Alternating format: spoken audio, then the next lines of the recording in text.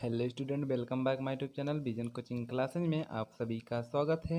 तो आज से हम चैप्टर 11 मतलब कि ज्यामिति की जो है रचनाएं, ठीक है, ज्यामिति की रचनाएं पढ़ने वाले हैं, जो कि बहुत ही इम्पोर्टेंट चैप्टर है आपका फॉर यूपी बोर्ड एग्जाम के लिए। ओके, इसमें से हर बार एग्जाम में आपके 6 नंबर के क्वेश्चन क्या होते हैं, पूछे जाते हैं। क्या होते हैं?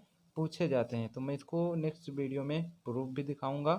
तो आइए अभी हम स्टार्ट करते हैं अपना टॉपिक। तो इसमें मैं क्वेश्चन नंबर 1, 2 को ही कवर करने वाला हूं। तो आप लोग वीडियो को बिना स्किप किए देखिएगा, नहीं तो कुछ भी समझ में नहीं आएगा। ओके, तो आइए स्टार्ट करते हैं। क्वेश्चन नंबर 1 देखिए क्या कह रहा है। क्वेश्चन नंबर 1 है 7.6 सेंटीमीटर एक रेखाखंड खींचिए और इसे 5:8 में विभाजित कीजिए, दोनों भागों को मापिए। ओके, बहुत ही इजी क्वेश्चन है, ठीक है, लेकिन जो नहीं जानता है उसके लिए बहुत ही डिफिकल्ट भी है। ओके, तो आप लोग बिना वीडियो को स्किप किए देखिए, नहीं तो आप लोगों को भी डिफिकल्ट ही लगेगा। तो आइए हम इसको स्टार्ट करते हैं।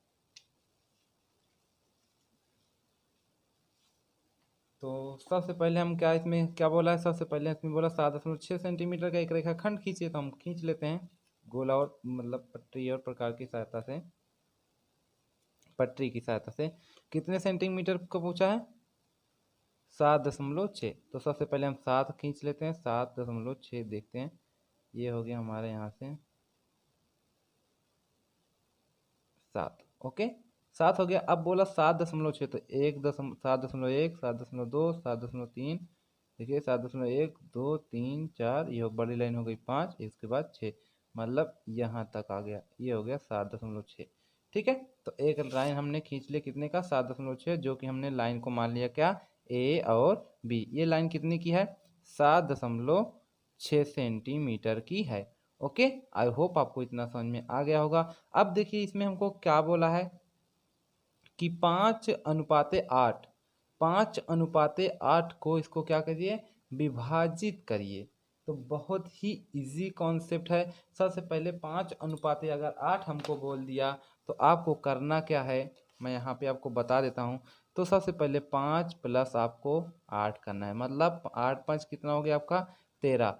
ठीक है, तो एक लाइन हमको बनानी जिसको कितने बराबर भागों में बांटना है, 13 बराबर भागों में बांटना है। क्योंकि 5:8 दिया, तो हमको क्या करना है, 5 + 8, 8×5 = 13। ठीक है, तो आइए हम इसको कर लेते हैं।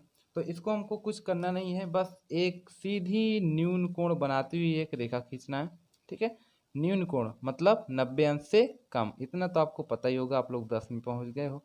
तो एक न्यून कोण बनाती हुई मैं हमने एक क्या खींचा, रेखा खंड खींच दिया। ये हो गया हमारा रेखा खंड। ओके, एक न्यूनकोण बनाते हुए हमने एक रेखा खंड खींच दिया। अब इसको देखिए क्या कह रहा है, हमने यहाँ पे निकाला 5 + 8 मतलब 13। इसको हम 13 बराबर भागों में क्या करते हैं, डिवाइड करते हैं। ओके, तो आपको सबसे पहले लगाना तो आता ही होगा इसको, ठीक है, गोला प्रकार में। तो आइए हम इसको लगा लेते हैं जल्दी से।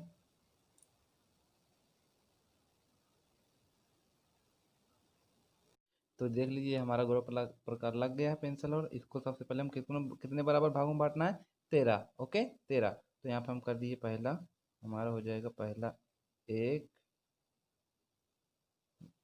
2, 3, 4, 5, 6, 7, 8, 9, 10, 11, 12,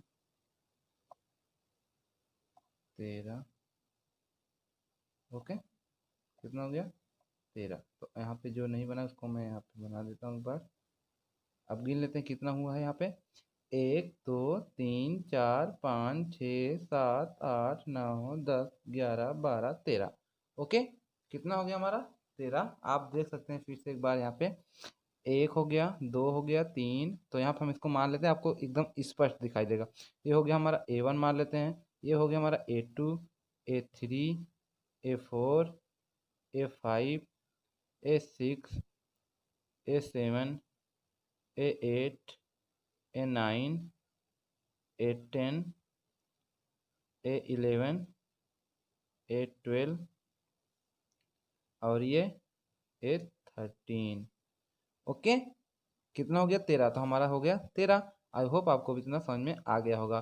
तो नेक्स्ट क्वेश्चन हमारा इसमें देखिए क्या कह रहा है यहाँ पे 8 और 13। तो हम यहाँ पे हमारा इसको क्या करते हैं, बी को किससे मिलाते हैं? A13 से। किससे मिलाते हैं बी को? A13 से। तो यहाँ पे हम बी को जो है A13 से मिला देते हैं, A13। तो यहीं पे हम बी हमारा A13।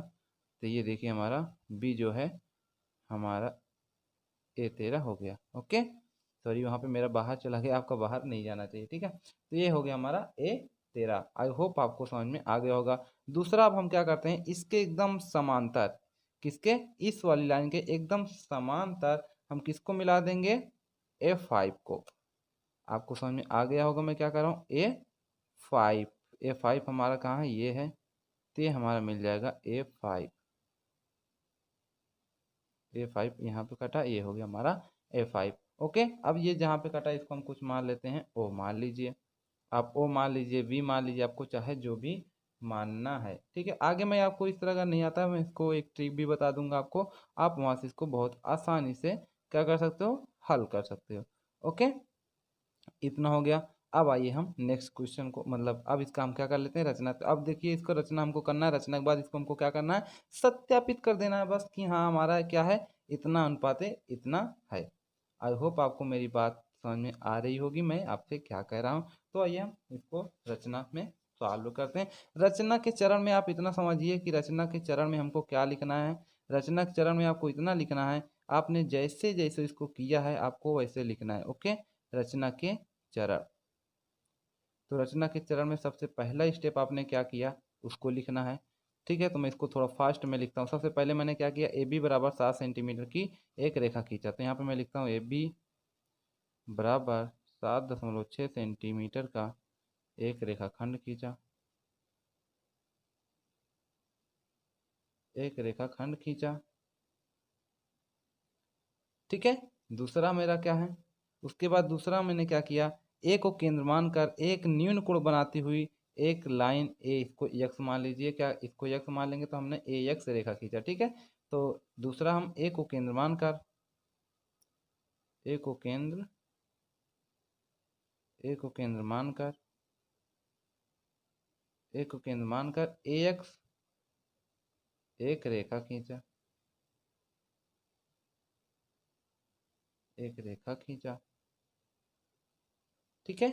दूसरा अब हम देखते हैं, मतलब तीसरा, तीसरा हमारा इतना करने के बाद क्या किया, हम ए एक्स रेखा को हमने,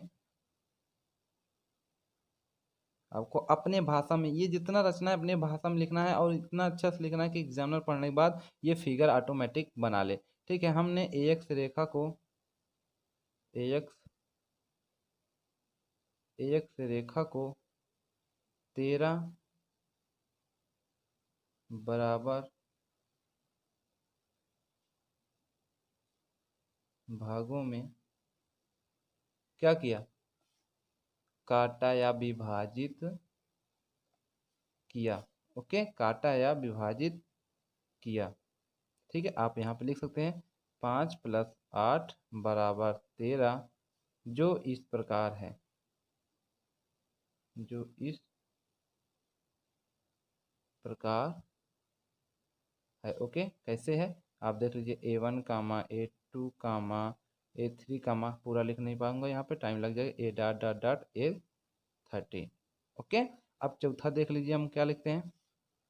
अब चौथा में आपको कुछ बचा, हमने सब तो लिख दिया, ए बी भी लिख दिया, इसको यहाँ पे न्यून कोण बनाते हुए एक रेखा 13 बराबर भागों में काटा, इसको भी लिख दिया। अब बचा क्या, हम A3 को बी से मिलाया था और A5 को ओ से मिलाया था।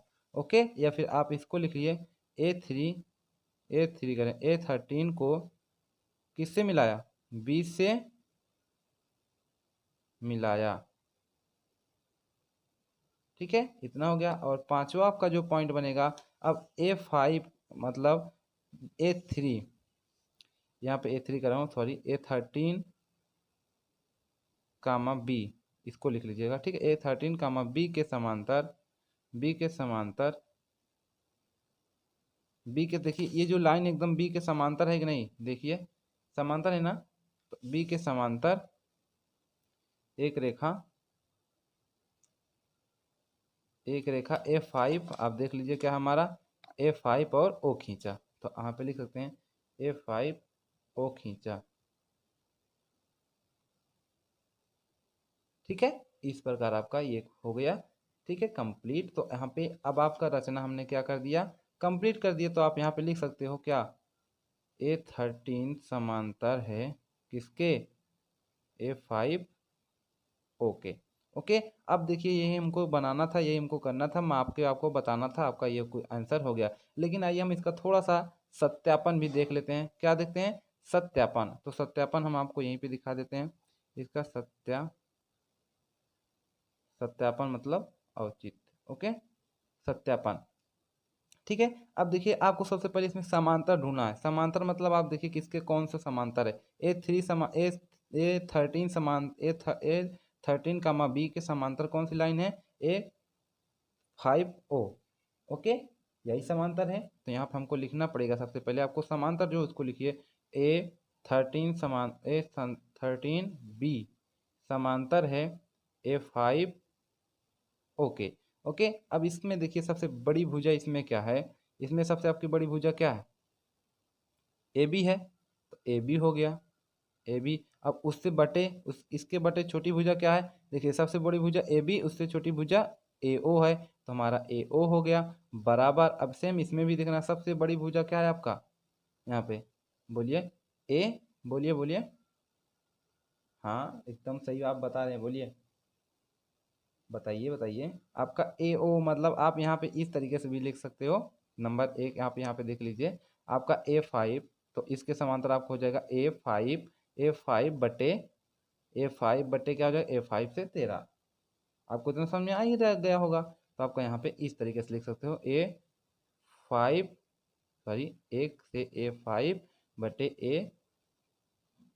A5 से 13। ओके, आपको इतना समझ में आया, कैसे मैं आपको यहाँ पे बताना चाहूँगा। देखिए आप समांतर ढूंढिए, मैंने समांतर ढूंढ लिया इसका, तो ए बी बटे ए हो गया। तो यहाँ पे हमको यही अनुपात में विभाजित करना था, राइट। अनुपात में क्या करना था, विभाजित करना था। हम अनुपात में विभाजित कर रहे हैं, कैसे देखिए, इतना हो गया आपका ए, यहाँ से यहाँ तक का, यहाँ से यहाँ तक कितना ए तो ए हो गया, और दूसरा कहाँ तक गया A5। इसी का तो अनुपात हमको ज्ञात करना है, इसलिए इसको इस तरह लिखेंगे ए हो गया, तो हमने लिख दिया ए, और कहाँ तक गया 5 तक, तो हो गया 5। अब दूसरा A5 से कहाँ तक गया है, A5 से कहाँ तक गया है, A13 तक, तो A5 13 तक हमने लिख लिया, A5 A13 आप यहाँ पे लिख लीजिएगा। मैं यहाँ पे एक बार फिर से लिख दे रहा हूँ, A5 बटे A13। ओके, अब आपको इतना तो समझ में आ ही गया होगा।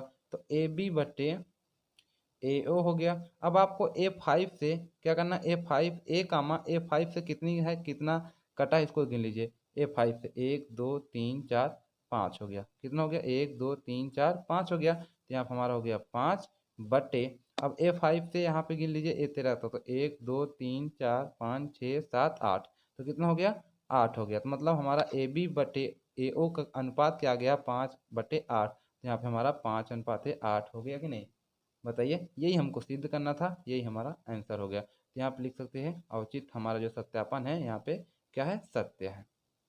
क्या हमारा सत्य है। ओके, आई होप आपको तो समझ में इतना आ ही गया होगा। आपको समझ में आया कि नहीं, आप मुझे कमेंट में बता सकते हैं। तो आपको फिगर समझ में आया और रचना तो समझ में आ ही गई, रचना का आप स्क्रीनशॉट भी ले सकते हैं। ओके, ले लीजिएगा। अब आइए